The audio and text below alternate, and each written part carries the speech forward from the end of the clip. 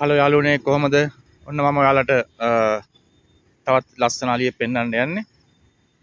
මෙයා තමයි කපුරු කියන අලියා. එයා ඉන්නේ අත්තනගල්ලේ. තාමත් සුන්දර අලියෙක්. මෙයා ගොඩක් පෙරහැරවල් වල දකින්න පුළුවන්. හරිම විනෝදයෙන් ඉන්න අලියෙක්. ඉතින් ඔයාලට පුළුවන් මේ අත්තනගල්ලේ නගරේ තමයි මේ අලියා ඉන්නේ. අත්තනගල්ල පන්සලට આવොත් එම දැක බලා ගන්න පුළුවන්. තාමත් සුන්දර අලියෙක්. මෙයාගේ විශේෂත්වය තමයි මෙයා ටිකක් නිදා ගන්න පොඩක් කැමති කෙනෙක්. මෙහෙම හිටගෙන ඉන්නකොටත් නිින්ද යනවා. දැනුත් මේ වැනි හිටියට එකපාරට නතර වෙනවා. එයාගේ නිදිමත හැදිලා. නිදිමතේ තමයි දැනුත් ඉන්නේ. ඔයාලට පේනවා ඇති. හිතාමත් සුන්දර අලියෙක් අත්තනගල්ල නගරේ ඉන්නේ. ගොඩක් අය ප්‍රිය කරනවා මේ අලියා බලන්න, දකින්න.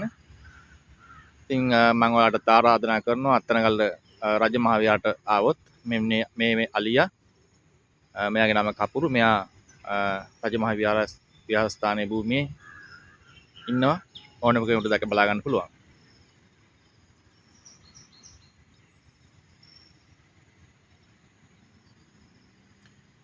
අපි සත්තුන්ට ආදරය කරන්න ඕනේ.